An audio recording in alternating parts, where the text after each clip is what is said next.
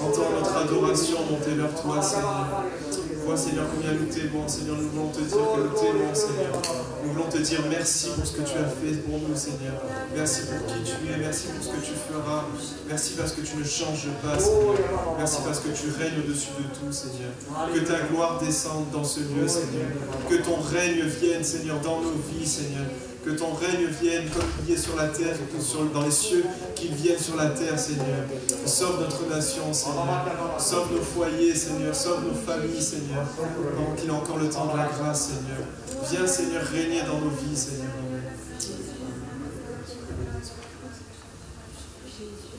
Je voulais partager ce verset qui dit « Si tu confesses de ta bouche que Jésus est Seigneur, et si tu crois dans ton cœur que Dieu l'a ressuscité des morts, tu seras sauvé.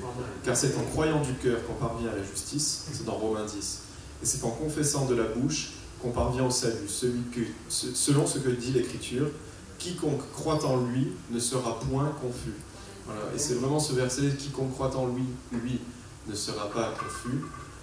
Voilà, dans ces temps où on peut être dans la confusion générale, avec tout ce qui se passe, qu'on puisse s'accrocher à cette simplicité de l'Écriture qui dit « Si tu confesses de la bouche que Jésus est Seigneur, et si tu crois dans ton cœur qu'il est le Fils de Dieu, alors tu seras sauvé. » Amen. Amen. Amen. Et on va chanter ce chant justement qui dit « Jésus est Seigneur ».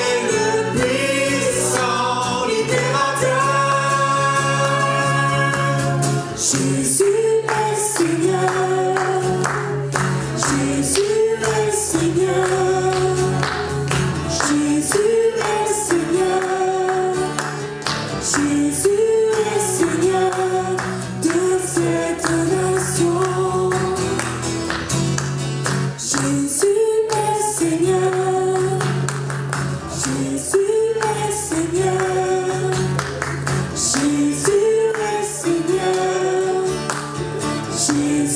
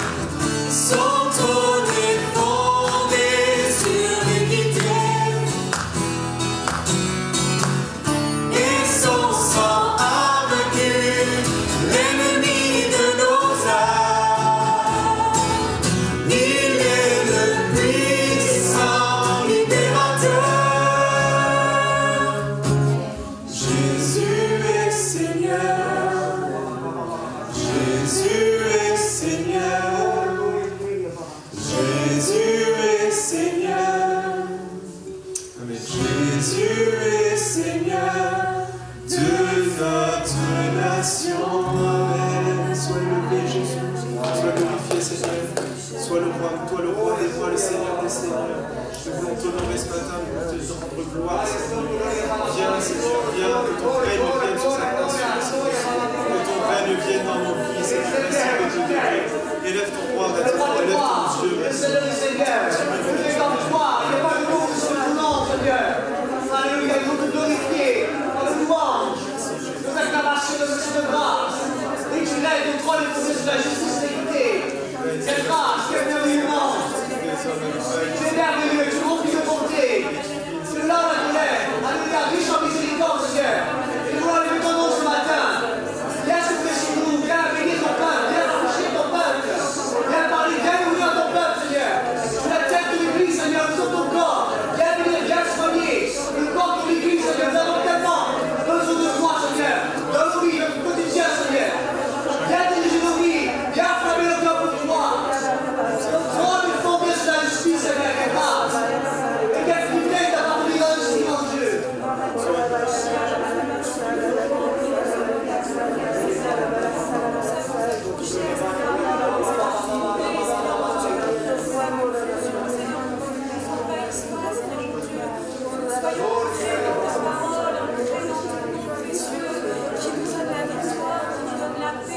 Jésus, viens agir dans nos vies, Seigneur mon Dieu, viens agir dans le cœur de tous les croyants, Seigneur Jésus. Viens, Seigneur, déposer ton manque de paix, Seigneur mon Dieu. Viens déposer, Seigneur mon Dieu, un manque de paix, Seigneur mon Dieu. Tu veilles sur nos vies, Seigneur mon Dieu, tu veilles sur notre cœur. Tu nous soutiens de ta droite triomphante. Tu es le Dieu victorieux, tu es le Dieu au-dessus de tout Dieu, tu es le Dieu de notre nation. Jésus, nous voulons t'élever, tu es le Dieu de notre cœur. Nous avons mis notre confiance en toi et Seigneur, notre confiance en toi ne sera pas confus, ne sera pas déçu, ne sera pas troublé. Je veux élever ton nom ce matin. Je veux dire à mon âme, réjouis-toi. Je veux dire à mon âme, sois dans la paix. Je veux dire à mon âme, sois dans la paix.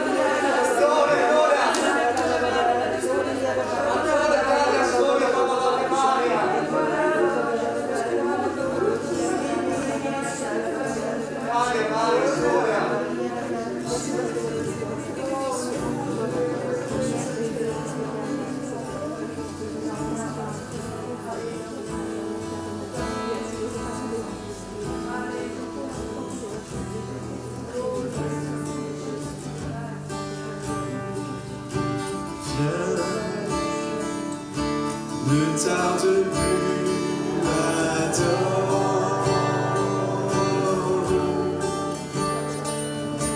Viens, ne tarde plus ouvre ton cœur. Viens, tel que tu es, adore.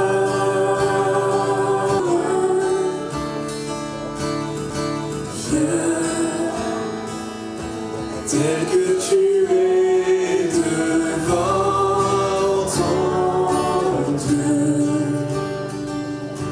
viens jour. Un jour toute langue dira tu es Dieu.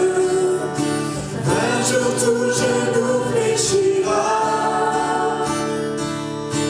Mais le vrai trésor est pour ceux qui ont choisi dès aujourd'hui.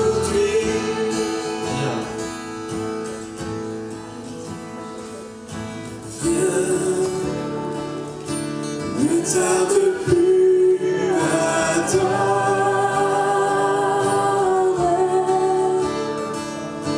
Viens, ne tarde plus.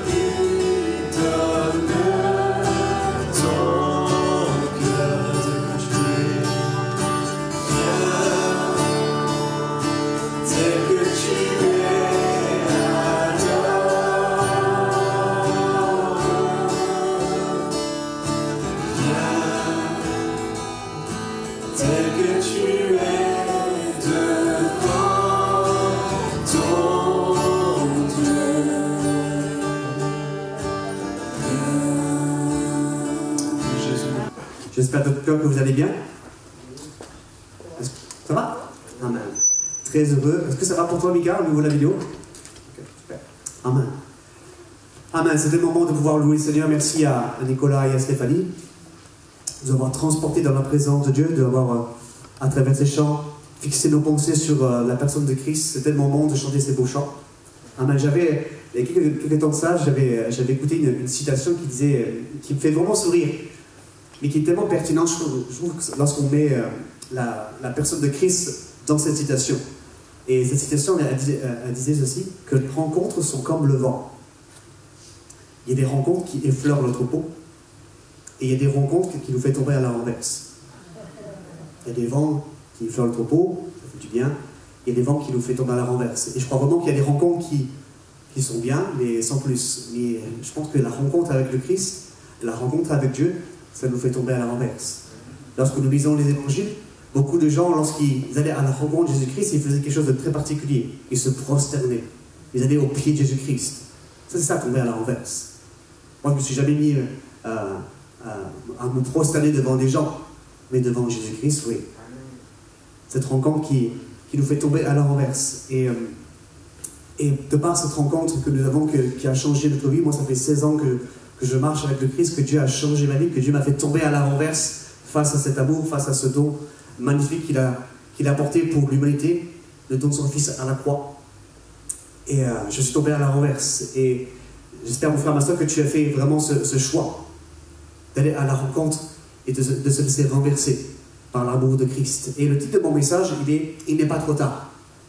Est-ce que tu peux l'afficher, s'il te plaît? Il n'est pas trop tard. Non, il n'est pas affiché. Il n'est pas trop tard.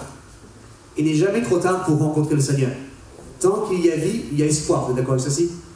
Tant qu'il y a vie. Et le récit du brigand sur la croix, à la crucifixion de Jésus-Christ, et on est vraiment l'exemple. Tant qu'il y a vie, il y a espoir. Même à quelques secondes de sa mort, on peut donner sa vie à Christ. Il n'est jamais trop tard. On a chanté ce beau chant qui, son trône est basé sur la justice. Ce n'est pas la justice de l'homme, c'est la justice de Dieu. La justice de l'homme n'aurait jamais donné le paradis à ce brigand. Mais la justice de Dieu, la justice de Jésus-Christ, a accepté. Aujourd'hui même, tu seras avec moi dans le paradis. Amen. On va lire une histoire qui est unique dans les évangiles, qui nous parle d'une rencontre de Jésus-Christ avec un homme. Un homme, on peut dire, pas ordinaire, mais un homme. Et c'est dans l'évangile de Luc, chapitre 19, versets 1 à 10, le texte va être affiché à l'écran. C'est la rencontre de Jésus avec Zachée. Et nous lisons aussi. Le texte va être affiché à l'écran. Amen. Jésus était entré dans Jéricho et traversait la ville. Or, un homme riche appelé Zachée, chef des collecteurs d'impôts, cherchait à voir qui était Jésus. Mais il n'y parvenait pas à cause de la foule, car il était de petite taille. Il courut en avant et monta sur un sycomore. Sycomore, c'est comme un figuier. Pour voir Jésus, parce qu'il devait passer par là. Lorsque Jésus fut arrivé à cet endroit, Jésus leva les yeux, le vit et lui dit, « Zachée, dépêche-toi de descendre, car il faut que je m'arrête aujourd'hui chez toi. » Zachée s'empressa de descendre et l'accueillit avec joie. En voyant cela, tous murmuraient en disant, « Il est allé loger chez un homme pécheur. » Mais Zachée, se tenant devant le Seigneur, lui dit, « Seigneur, je donne aux pauvres la moitié de mes biens, et si j'ai causé du tort à quelqu'un, je lui rends le quadruple. » Alors Jésus dit à son propos, donc à propos de Zachée, « Le salut est entré aujourd'hui dans cette maison, parce que lui aussi est un fils d'Abraham. En effet, le Fils de l'homme est venu chercher et sauver ceux qui étaient perdus. » Est-ce qu'on peut dire Amen à la parole de Dieu? Amen. Amen. Mon point est celui-ci, accepter l'invitation. Accepter l'invitation de Jésus-Christ. on pourrait définir la définition spirituelle qu'on dit souvent. Ouais, j'ai rencontré le Seigneur, j'ai rencontré le Jésus-Christ. On pourrait définir la définition de comment, ça veut dire quoi, rencontrer Dieu. C'est vouloir rencontrer Dieu, ça veut dire c'est ouvrir la porte de chez toi, de ton cœur, avec une invitation. Rencontrer Dieu, on pourrait définir comme ça. C'est vouloir rencontrer, c'est ouvrir la porte de chez toi, de ton cœur, avec une invitation. Viens, entre chez moi, entre dans ma vie, entre dans mon cœur, et je t'invite. Jésus dira également à l'apôtre Jean dans le livre de la Révélation, l'Apocalypse, chapitre 3, verset 20, tu peux mettre la diapo s'il te plaît, Apocalypse 3, il dira ceci Jésus, « Voici, je me tiens à la porte et je frappe. Si quelqu'un entend ma voix et ouvre la porte, j'entrerai chez lui, je souperai avec lui, et lui avec moi. » Et je crois vraiment que c'est encore d'actualité. Jésus-Christ tape à la porte des cœurs des gens pour pouvoir rentrer. Et il veut manger avec toi, mon frère, ma soeur. Il veut manger avec nous. Il veut manger vraiment pour changer et transformer nos vies. Et dans le texte que nous avons lu sur l'histoire de Zachée, il y a un détail qui est très pertinent. Alors je le dis, dans Matthieu, Marc, Luc et Jean, le seul endroit où on parle de Zachée, de cette histoire-là, c'est dans l'évangile de Luc. Zachée, après, on n'entend plus jamais parler. Ni avant, ni après. C'est que dans l'évangile de Luc. Et il y a un détail important, qui est très pertinent, c'est que c'est le seul endroit dans les évangiles, en tout cas relaté, où c'est Jésus-Christ qui s'invite lui-même. C'est le seul endroit. Partout dans les évangiles, on voit que Jésus est invité chez les gens, et il est même invité chez les pharisiens, qui étaient les ennemis de Jésus-Christ, qui voulaient le faire chuter à travers les paroles de Jésus-Christ. Jésus mangeait dans la maison de ses ennemis. Est-ce que tu réalises ça? Jésus, sachant très bien l'hypocrisie des pharisiens, des spécialistes de la loi, Jésus prenait quand même le temps, dans son ministère très dense, de venir manger chez les pharisiens. Mais là, dans le texte de Zachée, c'est Jésus qui s'invite lui-même. C'est Jésus qui s'invite lui-même. Et nous voyons dans l'évangile de Jean, chapitre 2, il y a beaucoup excusez-moi, mais je vais vous donner une explication sur l'invitation. Dans l'évangile de Jean, chapitre 2, verset 1 à 2, le texte va être affiché à l'écran, il dit ceci. Or, le troisième jour, il y eut des noces à Cana, en Galilée. La mère de Jésus était là. Jésus fut aussi invité aux noces avec ses disciples. Vous savez que les noces de Cana, qu'est-ce qu'on dit généralement? Les noces de Cana, qu'est-ce qui s'est passé là? Aux noces de Cana. C'est le premier miracle. C'est le premier miracle. Mais pourquoi il y a eu ce miracle-là, à ce mariage-là? Est-ce que vous savez pourquoi il y a eu ce miracle-là? En fait, c'est le texte qui le dit. Il y a eu le miracle dans ce mariage dont on ne sait même pas le nom des mariés. On ne sait même pas. Mais il y a eu ce miracle, pourquoi? Parce que Jésus fut aussi invité. Et si tu veux avoir un miracle dans ton mariage, dans ton couple, il faut que tu invites Jésus. Et il y a un deuxième détail important. C'est que Jésus, donc c'était la première fois où Jésus fait un signe miraculeux de son ministère. C'est que, généralement, vous avez déjà souvent entendu dire, moi je vais commencer à croire en Dieu, je vais commencer à vivre pour Dieu, que lorsqu'il aura fait un miracle. Mais là, en fait, l'histoire des noces de Cana, ça dit l'inverse. Jésus a été invité alors qu'il n'avait pas encore fait de miracle. C'est parce qu'il a été invité qu'il a fait le miracle. Et vraiment, Dieu nous invite vraiment à inviter Jésus-Christ pleinement dans notre mariage, dans notre foyer, dans nos projets, dans nos affaires, pour que le miracle puisse prendre place. Vous êtes avec moi? Amen. Et donc Jésus-Christ s'est invité lui-même. Et est-ce que Jésus-Christ est impoli en faisant ça? Tu sais, s'inviter soi-même chez quelqu'un, c'est un peu impoli. Moi, ça fait 5 ans que je suis marié, et j'ai remarqué une différence avec ma femme. Moi, j'ai eu une très bonne éducation, ma femme également. Ma femme aussi, hein, c'est pas ça. Mais j'ai remarqué quand même une différence, en fait. Lorsqu'on est invité chez quelqu'un, qu'est-ce qu'on fait généralement? On amène quelque chose. Et dans mon éducation, c'est pas spécialement quelque chose d'omniprésent. On est poli, etc. On se réjouit d'être invité chez les gens. Mais dans l'éducation de ma femme, c'est limite une religion, ça. C'est limite, on ne peut pas aller chez les gens sans amener quelque chose. Une boîte de chocolat, une bouteille de vin, une guirlande de Noël, tout ce que tu veux, il faut que tu amènes quelque chose. Et j'ai appliqué à ça, il n'y a pas de souci, je trouve que c'est bien. Il n'y a pas de souci avec ça. Et là, j'ai une question rhétorique à vous poser. Qu'est-ce que Jésus-Christ, en s'invitant soi-même chez Zachée, a apporté? Jésus-Christ a apporté le salut dans le foyer. Amen. Tellement d'importance. L'importance d'inviter Jésus-Christ. Car lui, il va nous apporter ce qu'il y a de meilleur comme cadeau. La vie éternelle. Le salut. La victoire. Sous nos soucis. Alléluia. Amen. Donc le texte que nous avons lu pourrait nous faire croire également un détail important. Est-ce que Jésus connaissait, avant ce récit, est-ce que Jésus connaissait Zachée? Parce que dès qu'il le voit, il appelle Zachée, il l'appelle par son prénom. Donc en fait, le texte pour nous faire croire qu'il se connaissait déjà. Et d'après les dires de Zachée, dans le texte, lorsqu'il se tient devant le Seigneur, je donne la moitié de mes biens aux pauvres, et si j'ai fait du tort à quelqu'un, je donne le quadruple, en fait. Donc en fait, Zachée, on dirait qu'il avait déjà entendu parler de l'Évangile, il s'est repenti, parce que c'était un collecteur d'impôts, c'était un chef des collecteurs d'impôts, donc c'était un riche homme. Parce que, je me permets juste d'expliquer ce qu'on appelle les expressions, selon les traductions, un publicain et un collecteur d'impôts, c'est le même mot. Donc un collecteur d'impôts, c'est quelqu'un qui travaillait, c'est un juif, qui travaillait pour la solde de l'Empire romain. Donc c'est considéré comme un traître. En fait, il prélevait les impôts pour l'Empire romain sur le peuple juif, et en plus il se prenait une petite part, en fait. Et c'est pour ça qu'il était vraiment riche. Et les juifs, nous voyons qu'un juif travaille pour les Romains, ceux qui nous oppressent, c'est vraiment un traître, en fait. Donc c'est pour ça que Zachée, c'est vraiment un gars qui n'était pas vraiment considéré comme une personne bien. Même si c'était un fils d'Abraham, fils de la promesse. C'était un traître qui travaillait pour les Romains. Non. Et donc, d'après les dires de Zachée, en fait, il s'est vraiment repenti. Donc, il m'arrive à une réflexion. On pourrait comprendre pourquoi Zachée, il veut rencontrer Jésus-Christ. Jésus, il est dans plein essor au niveau de son ministère, il fait des miracles, il prêche l'évangile, les paralytiques se lèvent, les aveugles voient. Waouh! Il enseigne, etc. C'est super.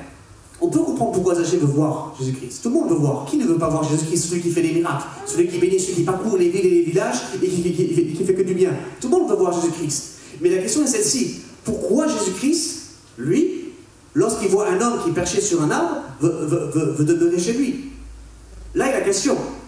Tout le monde le presse, il y a une foule qui sont autour de lui. Il voit un homme, tiens, moi je veux demeurer chez toi. Pourquoi? Pourquoi Jésus veut s'arrêter dans son ministère et loger ces jeunes hommes qui est considéré comme pécheurs? Je n'ai pas vraiment toute la réponse, mais j'ai une partie de la réponse. Et je pense que vous êtes d'accord avec ceci. C'est que la mission de Jésus-Christ, elle l'est et elle sera toujours la même. C'est de sauver les pécheurs. Quel que soit son statut social, s'il y a un collecteur d'impôts, ou juste un pécheur, ou un pécheur de métier, ou un gars qui laboure la terre, on a tous besoin de sauver. Et la réponse, elle est au verset 10. Tu peux afficher, s'il te plaît. En effet, le Fils de l'homme est venu chercher et sauver ce qui était perdu. Peu importe ton passé, tu as besoin d'être sauvé, en fait. Peu importe ce que tu fais comme vie professionnelle, légale ou illégale, tu as besoin d'être sauvé. Jésus est venu rétablir la véritable identité de l'être humain. Premièrement, je ne sais pas si vous réalisez, je pense que oui, parce qu'un homme qui est sans Christ, c'est un pécheur qui est perdu. Vous êtes d'accord avec ceci? Mais est-ce que vous savez que un homme avec Christ, c'est un homme pécheur, mais qui est sauvé par sa grâce? Vous savez ça? Que même si on devient enfant de Dieu en acceptant Christ comme Seigneur et comme Sauveur, on devient un enfant de Dieu. La Bible dit que notre vie est cachée en Jésus-Christ. Dieu ne nous voit plus en tant que pécheur, mais il voit Christ en nous, l'espérance de la gloire. Mais nous savons tous que notre chair, elle nous pousse à faire ce qui est mauvais. Le péché vit toujours en nous. Et nous devons apprendre à marcher par l'esprit et non par la chair. Donc un homme qui vit avec Christ, c'est un pécheur, mais qui est sauvé par grâce. Et c'est ce que Jésus dit dans le texte. En fait, en disant devant tout le monde que Zachée est un fils d'Abraham, lui qui était un traître, qui escroquait ses propres semblables, donc de son propre peuple, les Juifs, c'est un fils d'Abraham. Parce qu'en fait, il s'est repenti. Il s'est repenti. Il a fait un changement d'attitude. Se repentir, c'est changer d'attitude. De par sa vie professionnelle qui était vraiment mauvaise. Et il a vraiment fait, d'après les dires de Zachée, il a fait vraiment un changement d'attitude. Et en faisant un changement d'attitude, tu es sauvé par grâce. Est-ce que vous savez que être sauvé par Jésus, ça concerne également ceux qui sont déjà sauvés. Est-ce que le fait que tu deviennes chrétien, tu n'as plus besoin d'être sauvé par Jésus? Est-ce que les chrétiens n'ont plus d'épreuves? N'ont plus besoin de crier à Jésus-Christ, viens au secours de ma vie? Est-ce que vous pensez que être sauvé, c'est juste à ma conversion? Ou est-ce que vous pensez que c'est tout le long de votre vie? On a besoin de Jésus-Christ. Seigneur, tu vois mon foyer, tu vois mes enfants qui sont loin de toi. Viens à mon secours. Dans les 4 évangiles, on voit toujours comme la femme à la perte de sang qui s'approche de Jésus-Christ, qui touche le bord de son vêtement, une action concrète, qui vient crier à Jésus-Christ. Les aveugles qui crient à Jésus-Christ, viens, renvoie la vue, qui crient. Et vraiment des actions concrètes. Amen. Amen. Jésus n'a pas vraiment cherché la popularité, vous savez. Jésus ne cherchait pas la jet set, hein, vous savez, la célébrité. Hein. En logeant chez les hommes considérés comme pécheurs. Jésus n'a jamais cherché la popularité, il cherche à sauver les gens. Il cherche vraiment à sauver les gens. Il y a un pasteur allemand qui est décédé, qui était exécuté à la fin de la Deuxième Guerre mondiale, qui s'appelle Dietrich Bonhoeffer. Et il dira une citation qui nous parle de l'exploitation de l'évangile, en fait. Le pourquoi de l'évangile. Il dira ceci: l'Église existe pour les gens qui n'en font pas encore partie. L'Église existe pour les gens qui n'en font pas encore partie. Trop la justice de l'homme, toi tu rentres dans le royaume de Dieu, toi tu ne rentres pas. Mais la justice de Dieu, c'est pas ça. J'accepte qui est-ce qui chante l'attitude, qui veut me suivre, il rentre dans le royaume de Dieu. L'Église existe vraiment pour les gens qui ne font pas encore partie. Et jamais trop tard. Amen. Jamais trop tard. Même pour une personne qui a fait un travail un peu tordu. Jésus l'aime. Amen. Mon deuxième point. Nous avons accepté l'invitation. Deuxième point, c'est se préparer pour l'invitation. C'est normal. Lorsqu'on accepte une invitation, il faut se préparer pour y aller. Donc j'ai une question à vous poser. Est-ce que Jésus aurait vu Zachée si Zachée n'était pas monté sur l'arbre? Sous le sycomore, quoi. Un figuier qui a un grand tronc avec des branches assez basses pour monter. Est-ce que Jésus aurait vu Zachée? Le texte dit qu'il était de petite taille. Comme il y avait la foule, il y avait des gens devant lui, et qu'il était de petite taille, en fait, il ne pouvait pas voir Jésus-Christ. Est-ce que Jésus l'aurait vu s'il n'était pas monté sur l'arbre? Non, parce qu'il était de petite taille. Et ce qui m'amène à une réalité. Il y a des actions qui attirent le regard de Jésus-Christ, qui attirent l'attention et le regard de Jésus-Christ. La femme à la perte de sang, les aveugles qui crient, ça, ce sont des actions concrètes qui attirent le regard, qui éveillent l'oreille de Dieu. Amen. Actions concrètes qui transforment, qui attirent le regard de Dieu. Au verset 4, il est dit: il courut en avant et monta sur un sycomore pour voir Jésus parce qu'il devait passer par là. Là, je voulais vraiment qu'on puisse s'arrêter juste à cette phrase. Parce que Jésus devait passer par là. Zachée a vu le chemin que Jésus-Christ allait prendre. Il dit: hey, c'est à ce spot-là que Jésus va pouvoir voir. Donc je vais monter, je vais parcourir l'obstacle qui m'empêche de voir et que Jésus me voit, et je vais mettre à cet endroit-là. Et je crois vraiment que le chemin là où Jésus passera toujours, ce sera la louange, la prière, la foi sincère, l'adoration. Et je crois vraiment que Jésus est parmi nous, par son Esprit Saint. Je crois vraiment que le chemin là dans ta vie, là où tu dois passer, c'est quand tu t'enfermes dans ta chambre et que tu cherches sa face véritablement. Là est le chemin que Jésus va passer. C'est par la prière, tu vas faire comme Zachée. Tu vas élever, tu vas prendre un peu plus de hauteur, et Jésus va te voir. Lorsque tu pries, normalement, quand tu pries, tu pries dans le ciel, tu pries Jésus-Christ qui demeure au ciel, qui est plus sur terre, et tu t'élèves, et Jésus te voit. Amen, vous me suivez? Amen. Il n'est jamais trop tard. Dans Hébreux chapitre 4, verset 7, il dit ceci: c'est pourquoi Dieu fixe de nouveau un jour, aujourd'hui, en disant bien longtemps après par David, cette parole déjà citée. Aujourd'hui, si vous entendez sa voix, n'endurcissez pas votre cœur. Ça veut dire quoi endurcir? L'être humain est comme... Il est dur, hein? Vous savez, je me suis converti à l'âge de 23 ans, mais j'aurais pu me convertir beaucoup plus tôt. J'ai entendu l'évangile à travers mon oncle qui est pasteur. J'avais peut-être 12-13 ans. Vous savez, l'être humain, il est Têtu comme une bulle, comme on dit. J'avais du respect, mais j'étais comme ça, j'étais perdu. Heureusement que, par la patience, Dieu a fait fléchir mon cœur. J'ai laissé Dieu fléchir mon cœur. Et Dieu m'a sauvé. Amen. Dans Acte 17, versets 30 à 31, il dit ceci: sans tenir compte des temps d'ignorance, Dieu annonce maintenant à tous les êtres humains, partout où ils se trouvent, qu'ils doivent changer d'attitude. Donc se repentir. Partout où se trouvent des humains, Dieu appelle à quoi? À changer d'attitude, parce qu'il a fixé un jour où il jugera le monde avec justice par l'homme qu'il a désigné. Il a donné à tous une preuve certaine en le ressuscitant. Dieu prend pas compte des temps d'ignorance. Hein. Les temps où on entend parler de Dieu, mais on n'en a rien à faire. Dans sa grâce, Dieu prend pas compte de ça. Dieu prend compte du présent. Le jour où tu vas vraiment te tourner. Pour revenir à Zachée, son engagement à se repentir lui a coûté très très cher. Il lui a coûté très très cher. Le fait qu'il avait une activité professionnelle, donc de collecter des impôts et en prenant une petite part dans ses poches, il est très riche. Et le fait qu'il s'est repenti, ça lui a coûté vraiment très cher son engagement envers Christ. Hein. Il passe d'une vie professionnelle très, très riche à un truc normal en fait. L'engagement avec Christ, ça nous coûte. Et ce qui est intéressant, c'est que dans Lévitique chapitre 6, verset 5, il dit que, dans le texte de loi, que lorsqu'on volait quelqu'un et qu'on était surpris, on devait rendre la totalité. Mais la loi précise un petit détail, c'est qu'on devait rendre la totalité plus 1/5 de la somme. Et là, ce qui est intéressant, c'est que Zachée fait plus que la loi. Le zèle de l'Esprit Saint qui l'a convaincu de péché, à se repentir, le donnait un zèle, on dirait un peu excessif, rendre le quadruple.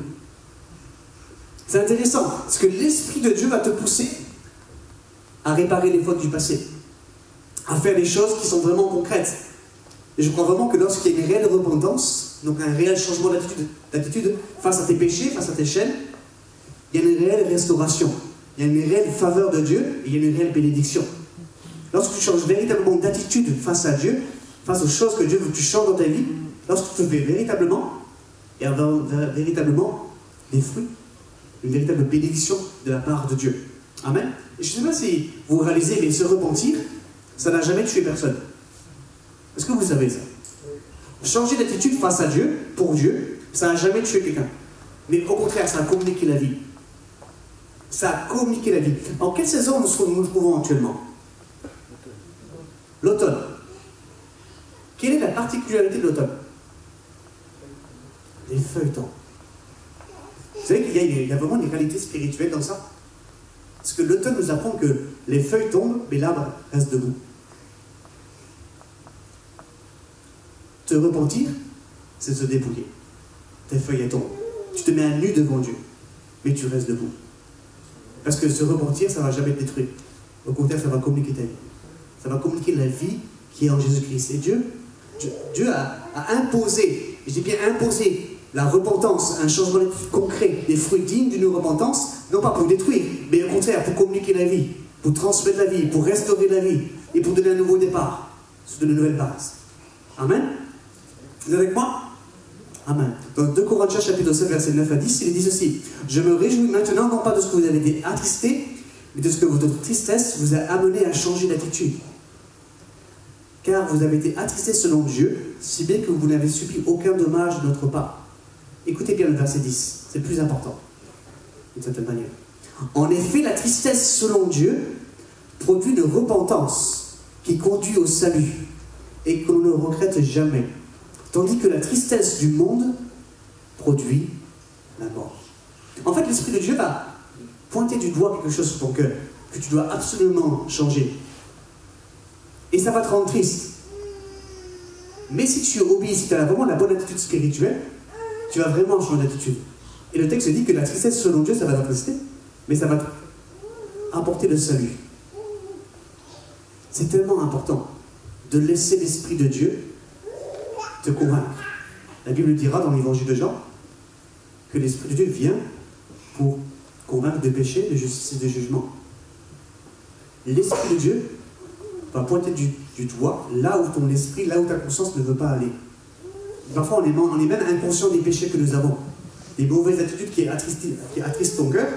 Des fois, on est vraiment inconscient et des fois des attitudes qui attristent les gens de ta famille, ton époux, ton conjoint, tes enfants.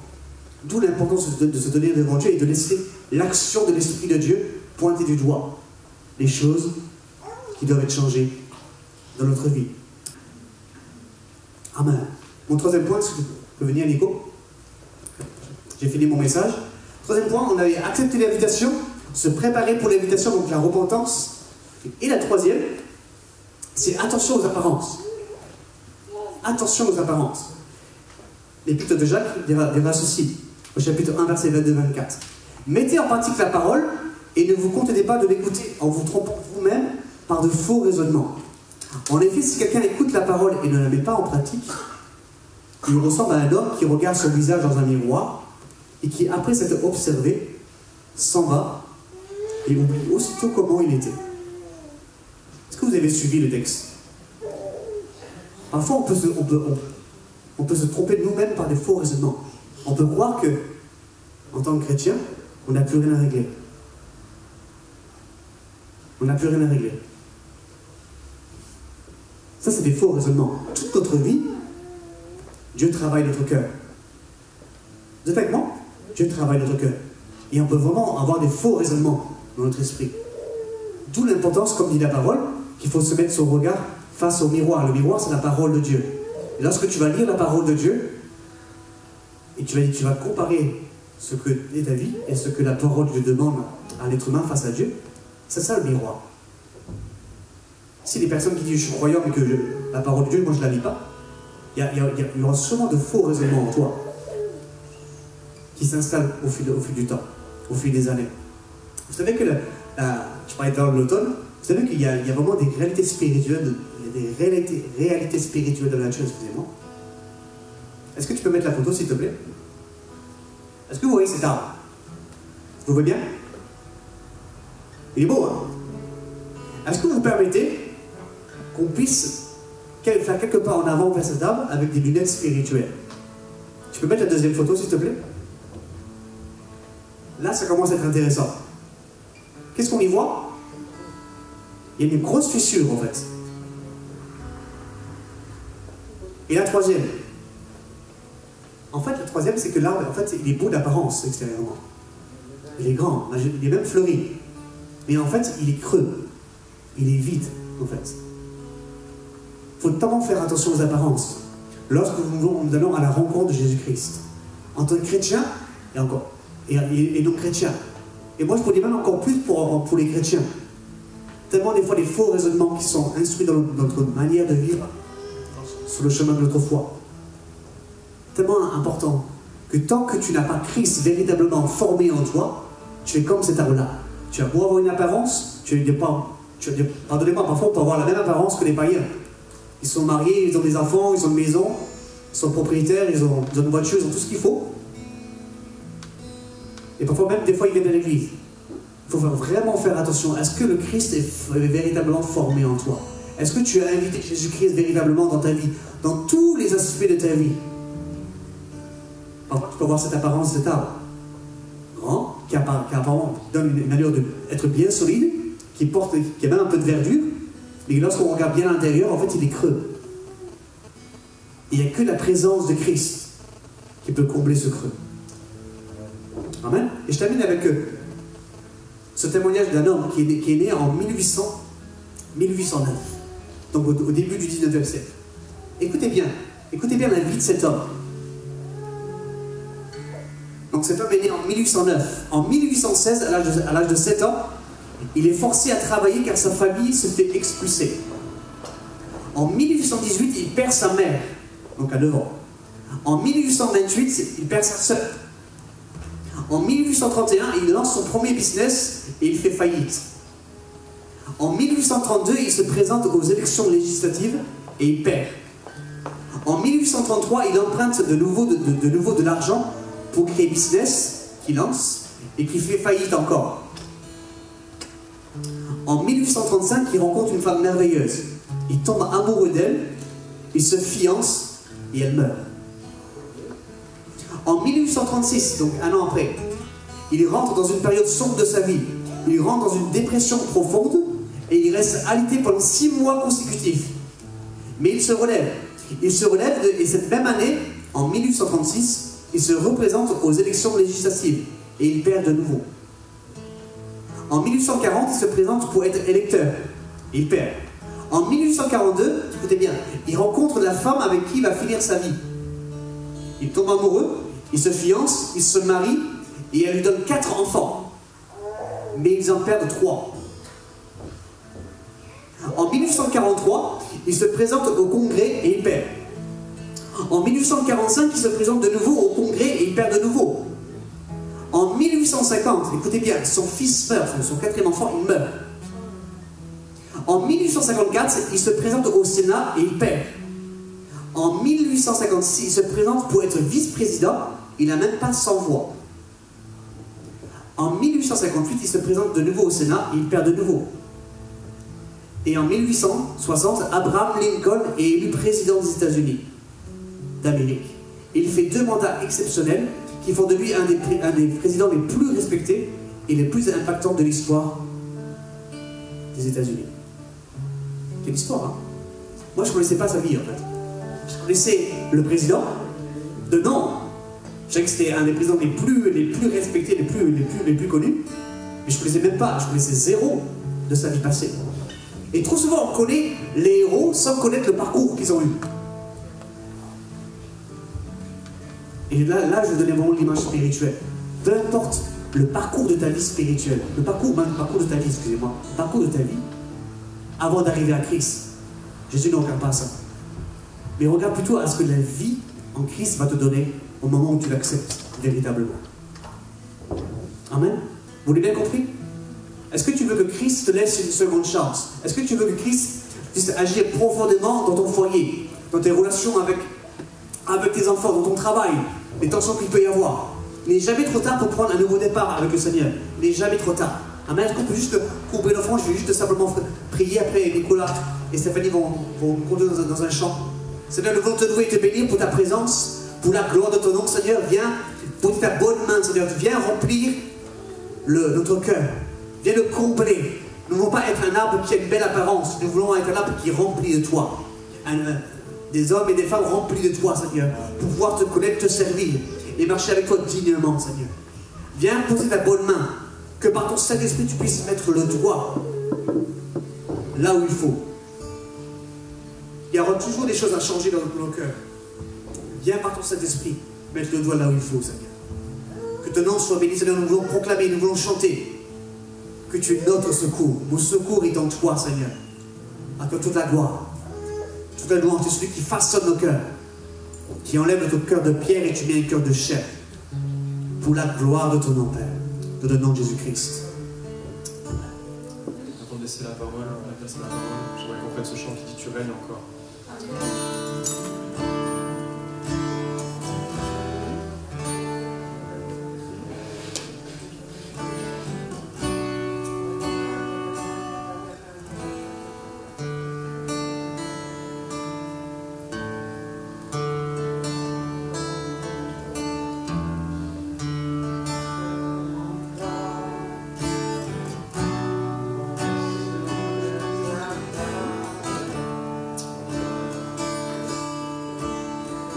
J'espère encore en l'action de ta grâce.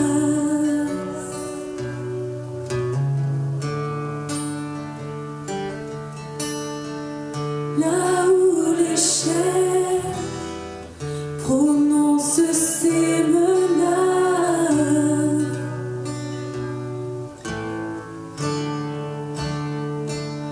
j'avance au nom de celui